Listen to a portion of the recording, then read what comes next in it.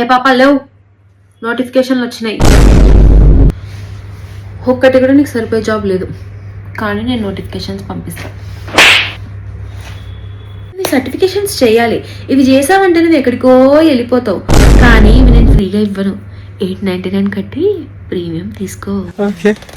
ఇది MNC company, దీంట్లో try చేయి. స్టార్ట్అప్ కంపెనీ, దీంట్లో ట్రై చేయి. 10 మందే పైగా ఫేక్ కంపెనీ.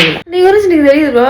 అసలు నీ రెజ్యూమ్ చూసి నీ ఆ పక్కన కంపెనీ వచ్చారు ఏమనుకుంటారు. ఓ ఫుల్ ఇట్లా పొగుడుతున్నారు నేను చూసి. అసలు ఎంతమంది ఇట్లా పెట్టంగానే 100 కంపెనీ సీఈఓలు చూసినారు నీ రెజ్యూమ్. చూడాలనుకుంటున్నావా? జస్ట్ 899 కట్టి ప్రీమియం తీసుకో. అసలు దీన్ని ఏముందని నేను హై చేసుకుంటారా? జస్ట్ ఒకటి చెప్పు. చెయ్యి. నువ్వు ఎన్నిసార్లు రిఫ్రెష్ చేసినా ఆల్రెడీ మినిమం 1000 మంది అప్లై చేసిన జాబ్లే కనిపిస్తాయి. చెయ్యి. అసలు నీ ప్రొఫైల్ చూసినాక నాకు అనిపించింది ఇది సీఈఓ క్యాండిడేట్ అని. వామ్మో, అసలు నీ ప్రొఫైల్ చూసి ఎంతమంది ఏమేమి అనుకుంటున్నారో తెలుసా? 899 కట్టి ప్రీమియం తీసుకో. ఏంట్రా నేను జాబ్ పోర్టల్ అనుకుంటున్నావా లేదంటే టిండర్ అనుకుంటున్నావా? ఇక్కడ కూడా పులిహోర కలుపుతున్నావు వచ్చి.